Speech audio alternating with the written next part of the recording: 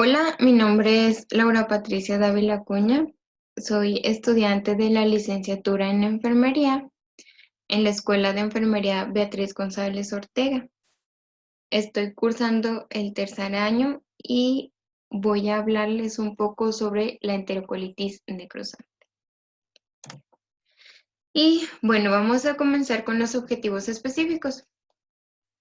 Dentro de los objetivos, tenemos que describir los factores de riesgo, señalar signos y síntomas del cuadro clínico, definir parámetros para sustentar el diagnóstico y establecer bases para su prevención y tratamiento.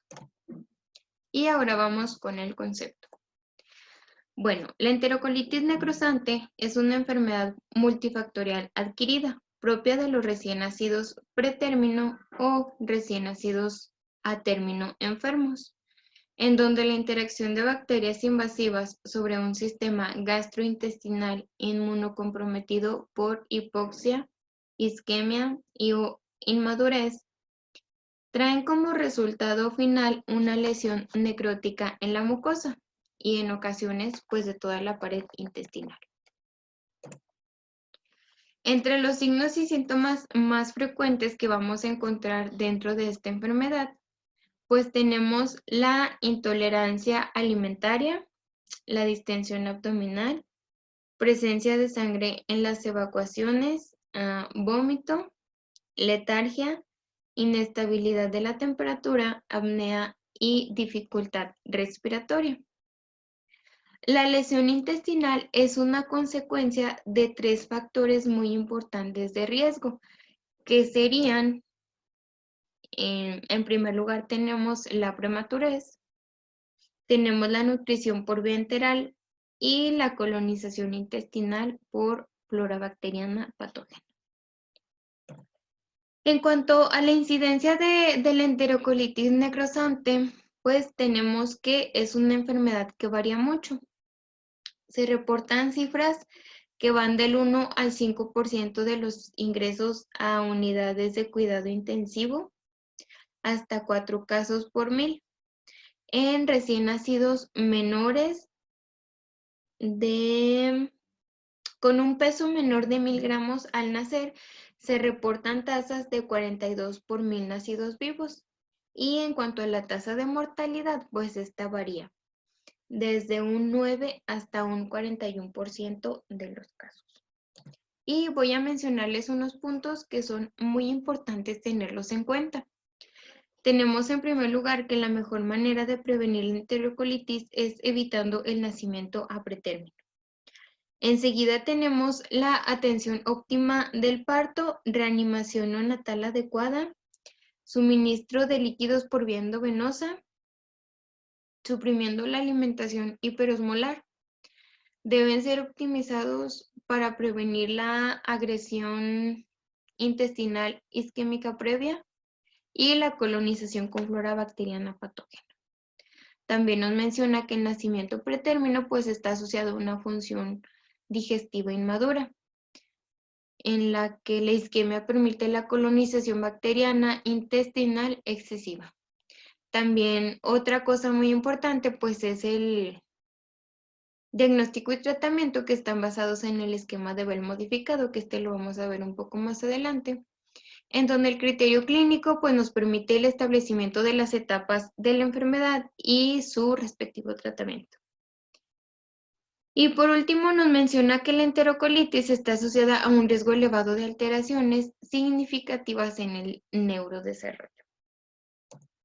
Y a continuación pues vamos a ver el periodo patogénico, los diferentes factores de riesgo. Y en cuanto a los agentes, dice que los factores que afectan a recién nacidos de término son hipoxia, asfixia, policitemia, insuficiencia respiratoria y cardiopatías congénitas. En neonatos pretérmino con edad gestacional menor de 27 semanas o un peso al nacer menor de 1000 gramos, se utilizan tratamientos como indometacina. Este también es un factor muy importante. Recién nacidos con cardiopatías congénitas o los que también deben de recibir tratamiento con prostaglandinas. Y pues la nutrición enteral. Todos estos factores son un riesgo mucho mayor para presentar enterocolitis, perdón. Menciona que no se ha podido relacionar de manera sostenida ningún agente infeccioso como su único desarrollo. Y pues entre los microorganismos nos hace mención que a los que se le atribuye con mayor frecuencia el origen específico son a las especies Clostridium. Estas infectan preferentemente tejido isquémico y producen enterotoxinas potentes. Sin embargo, pues no se le puede atribuir todo a estos microorganismos, ya que es parte de la flora natural del colon. Y pues no es considerado el agente primario en la mayoría de los casos. También nos hace mención sobre el Staphylococcus coagulase negativo. Este se ha identificado recientemente como patógeno de importancia en las UCIs. Este agente elabora una toxina psicolítica referida como causa probable de enterocolitis. También se ha identificado que cerca del 90% de los recién nacidos pretérmino con enterocolitis han sido alimentados por vía enteral previa al desarrollo de la enfermedad. Y pues otro factor sería la transfusión de glóbulos rojos empaquetados para tratamiento de anemia. Este se asocia con la aparición de enterocolitis de inicio tardío y menciona que se da en neonatos pretérmino menores de 1.500 gramos hospitalizados que se encontraban estables en crecimiento, no ventilados, recibiendo alimentación enteral, que no tenían algún otro problema médico excepto el de la anemia. Y vamos a continuar con el huésped. Como ya lo mencioné, pues la prematurez es el factor de riesgo más importante para la enterocolitis. A este se le ha asociado al menos 80% de los casos reportados. Otros serían pues las defensas gastrointestinales inmaduras del neonato, que también se consideran un factor de riesgo muy importante, y la hipocloridia, especialmente en recién nacidos a pretérmino, ya que favorece la colonización bacteriana del tubo digestivo y este se considera como un prerequisito para el desarrollo de la enterocolitis. Bueno, por otro lado tenemos que en los neonatos que presentan deficiencias inmunológicas gastrointestinales específicas como la reducción de linfocitos B en la mucosa intestinal y concentraciones muy bajas de IgA secretora. Bueno, pues en este caso los linfocitos B son un tipo de defensa del huésped, que en este caso sería el recién nacido, contra el germen, que pues sería la enterocolitis. Y en cuanto a la inmunoglobulina IgA, actúa como un defensor de primera línea ante las infecciones. También nos hace mención de que los neonatos pretérmino que desarrollan enterocolitis tienen deficiencias selectivas de aminoácidos, entre las que destacan niveles reducidos de glutamina y arginina. Bueno, en este caso, pues la glutamina nos ayuda para la síntesis de las proteínas y la arginina, pues contribuye a un buen funcionamiento del sistema inmune. Por lo que una alteración o un nivel reducido de estos aminoácidos, pues puede predisponer a la enfermedad. También menciona que las deficiencias de magnesio y cobre pueden alterar los sistemas de defensa antioxidantes del organismo. Los recién nacidos de término que desarrollan enterocolitis suelen tener trastornos acompañantes que pueden producir alteraciones en la liberación gastrointestinal de oxígeno. Tales pueden ser como la coartación aórtica, asfixia perinatal, hipoglucemia, policitemia, síndrome de dificultad respiratoria, diarrea y antecedentes como preeclampsia materna. También se incluye la ruptura prematura de membranas, coriamnionitis y exsanguinotransfusiones. Bueno, en cuanto al ambiente, Pues dice que el ambiente al que se expone el recién nacido con factores de riesgo, pues es en el medio hospitalario principalmente, donde el recién nacido suele permanecer periodos muy prolongados y en donde los factores como cateterismo, exsanguinotransfusiones, intubación endotraqueal, utilización de ventiladores mecánicos, colonización por flora bacteriana patógena o administración de fórmulas hipertónicas, pues representan un riesgo continuo.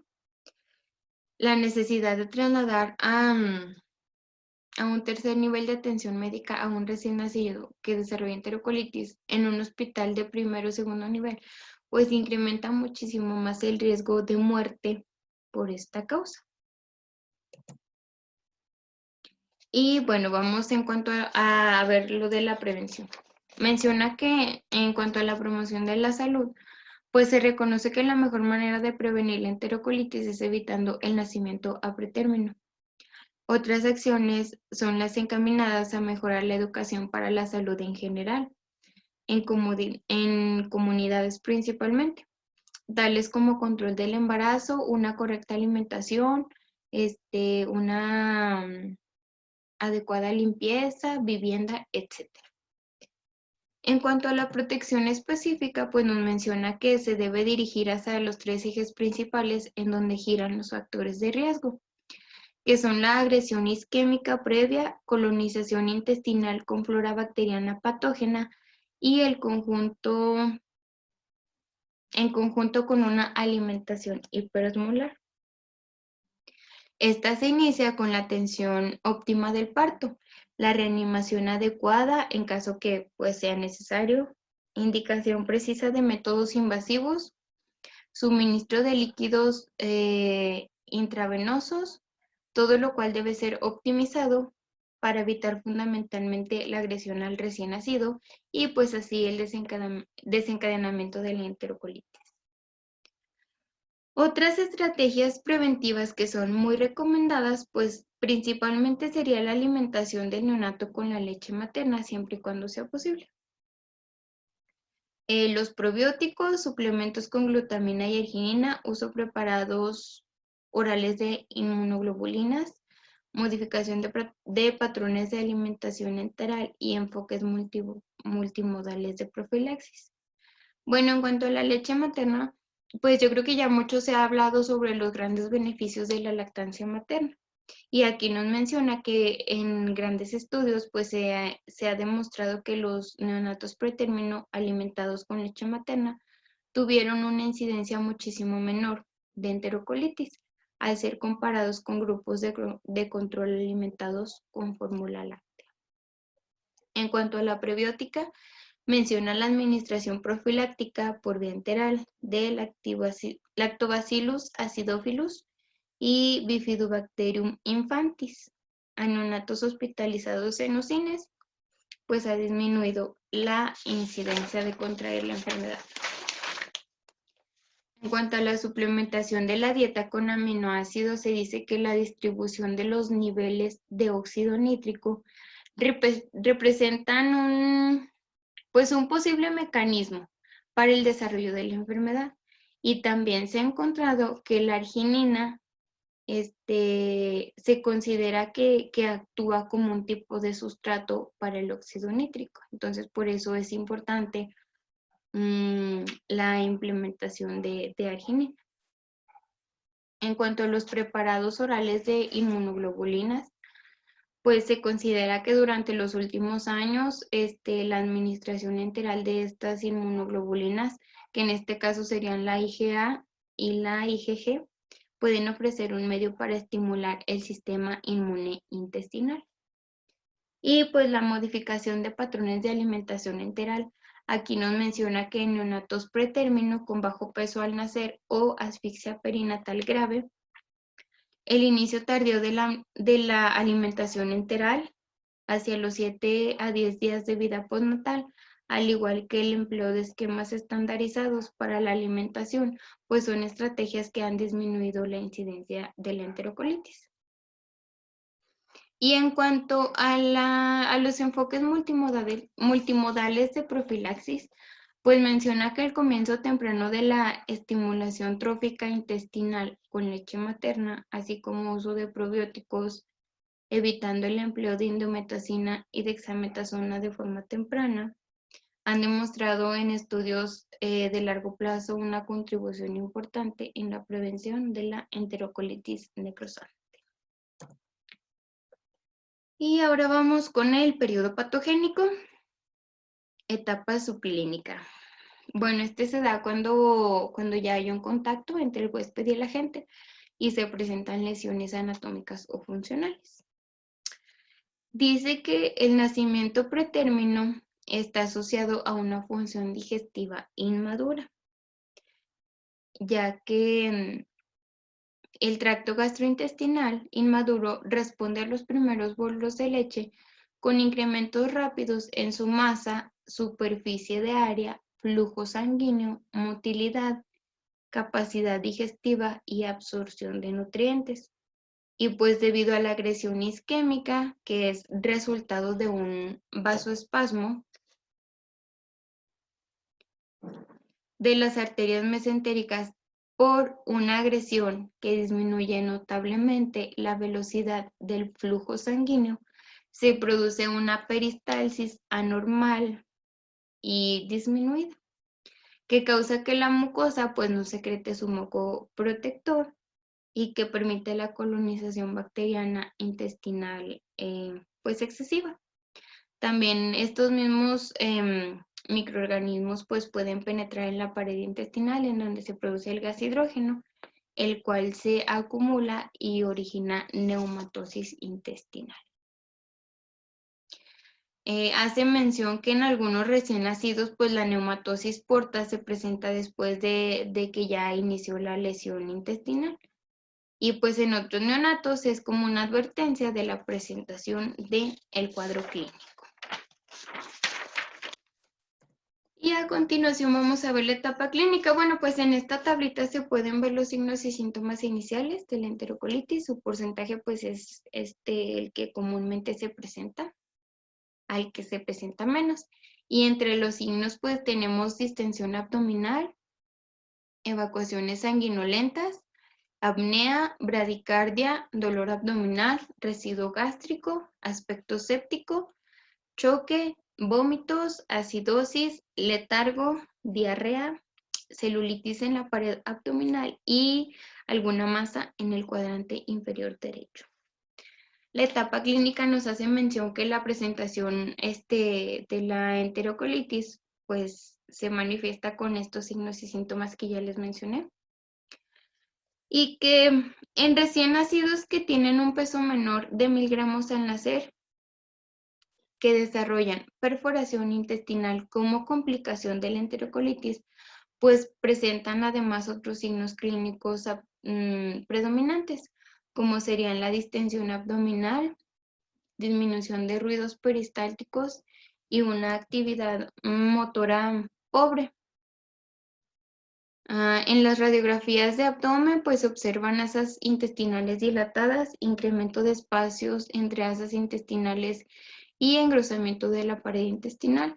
También los hallazgos de laboratorio más frecuentes que se observan en estos casos, pues son trombocitopenia, anemia y proteína C reactiva elevada. Y ahora vamos a hablar sobre la prevención secundaria y el diagnóstico precoz. Bueno, a partir de 1981 se ha aceptado el criterio de Bell modificado para establecer etapas clínicas y el tratamiento de la enterocolitis. Aquí está la tablita. Este se divide por estadios y se divide en 3 partes. Tenemos el estadio 1, que está compuesto por el 1A y el 1B. El estadio 2 también es 1A y 1B. Y el estadio 3, pues en el estadio 1 se tiene solamente como que la sospecha. Aquí nos mencionan los signos generales, signos intestinales, signos radiológicos y su tratamiento. Y pues en el estadio 2 sería un recién nacido enfermo de forma moderada. Y en el estadio 3 pues ya sería la enterocolitis de manera avanzada. En el estadio 3B, donde la enterocolitis avanzada se tiene con perforación intestinal, pues ahí sí su tratamiento ya tendría que ser quirúrgico. Y algo muy importante es que uno de los signos clínicos que no se ha explorado aún completamente, pues es el que esté relacionado con el patrón de las evacuaciones en neonatos pretérmino que desarrollan enterocolitis. Algunos reportes refieren haber identificado que la primera semana después del nacimiento, los neonatos que desarrollaron enterocolitis presentaron un mayor número de evacuaciones que los que no estaban enfermos. Bueno, en general nos dice que el abordaje diagnóstico para enterocolitis usado en la mayoría de los centros hospitalarios pues incluye la toma de radiografías anteroposterior y lateral de abdomen, ultrasonido Doppler, medición de niveles de plaquetas, leucocitos y proteína C-reactiva y pues una laparoscopía que es desarrollada como un método diagnóstico y terapéutico. Y ahora vamos al tratamiento. En cuanto al tratamiento oportuno, pues este está sustentado en el esquema de Bell modificado, donde el criterio clínico pues permite el establecimiento de las etapas, la realización de comparaciones adecuadas de paciente con etapas semejantes de la enfermedad y la elaboración de guías para las decisiones terapéuticas. Principalmente el tratamiento para esta enfermedad pues es con antibióticos. Preferentemente se usa, bueno, se inicia con ampicilina y se complementa con aminoglucósidos de tipo amikacina o gentamicina. Es muy importante mencionar que las dosis de estos medicamentos pues se relacionan completamente con el peso del recién nacido y con la edad de vida extrauterina. También menciona que en casos de enterocolitis avanzada de estadio 3, pues se recomienda el empleo de metronidazol y clindamicina. En cuanto a la limitación del daño, menciona que la enterocolitis es, como ya lo mencioné al principio, está asociada a un riesgo elevado de alteraciones en el neurodesarrollo. Las secuelas más frecuentes son parálisis cerebral, lesiones visuales, afecciones cognitivas y trastornos neuromotores. Por eso es muy importante conocer los signos y síntomas y saber cuáles son los factores que pueden llevar a esta enfermedad. Porque, o sea, realmente las secuelas que tiene pues son graves, no es como que cualquier cosa. Bueno, también menciona que el riesgo de secuelas es mayor en casos de enterocolitis del estadio 3, en los que requieren tratamiento quirúrgico, por lo que se recomienda que los lactantes que sufrieron esta enfermedad pues tengan un seguimiento.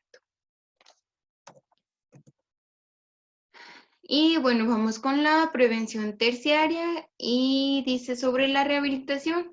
Se hará después de la intervención quirúrgica que deje como consecuencia un intestino corto, basándose en alimentación parenteral o fórmulas elementales.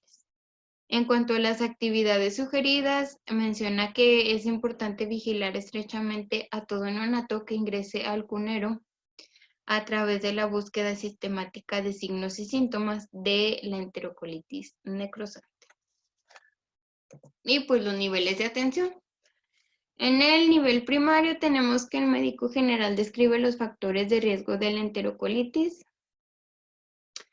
efectúa medidas de prevención primaria, identifica el cuadro clínico y pues sospecha el diagnóstico para una canalización oportuna del paciente.